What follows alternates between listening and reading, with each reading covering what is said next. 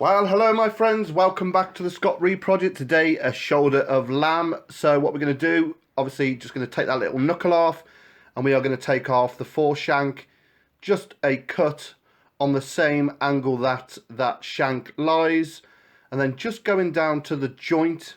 As you can see there, I'm just opening it up just with the tip of the knife, going through and then straight off. Then we're left with the main shoulder now. So what we're going to do is just open up that flap. There's a natural seam. As you can see, the knife sliding down. We are going over the top of the blade bone, just peeling it back, just so it's hanging on. And then we can see the blade bone under that flap of meat there. Very, very simple. And we'll expose that triangular bone. Just loosening off the top. The more you can loosen, the easier this will be. So then we go down both sides, again, just with the tip of the knife. And then we're just going to break that ball and cup joint on the blade bone. The scapula, and then fingers under and give it a pull. Pretty much comes out on its own. Just have to loosen it a little bit if it's just hanging on. But there is your scapula removed. Next, we just want to take out that next bone. So just a little bit of tunnel boning, but don't panic if you cut through it. It's not a problem. It's all going to be rolled up. It's not going to make any difference. But I'm just loosening one half, and then obviously that ball joint, loosening and joining that cut I've already made. Very, very simple. Again, just with the tip of the knife. It's a bit like mining, round each side. And then you can pretty much grab it out, but I like to scrape it down with the heel of the knife just to loosen off that meat. And pretty much there is your shoulder ready to go. So we're just going to bone out that little shank. Very simple. We could put that meat back in. Of course you could keep that and you can have it for lamb shanks, whatever, but I just like to put it back in. It kind of compensates for the bone we've taken out, you know, and gives it that bit more shape.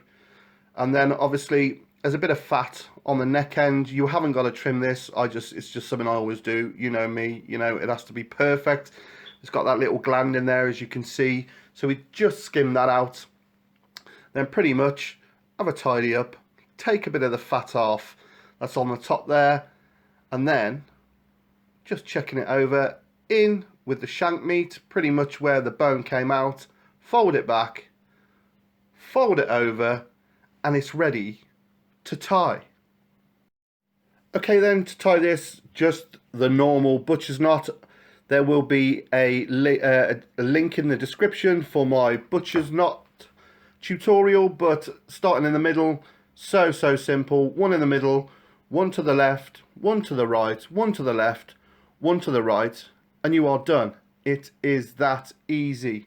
And because it's lamb and it's set well, when I mean set, when it's been killed and it's been refrigerated properly, it's a dream to work with. Sometimes you get sloppy meat, you know, you tie a knot and the meat is sliding around all over the place, and inside the meat, when you put a knot on, if it's not set, you kind of like lose the shape and it kind of pushes the meat almost sausage like either side. But with lamb, it's just an absolute dream. So very simple, you know, just tying it through along its width.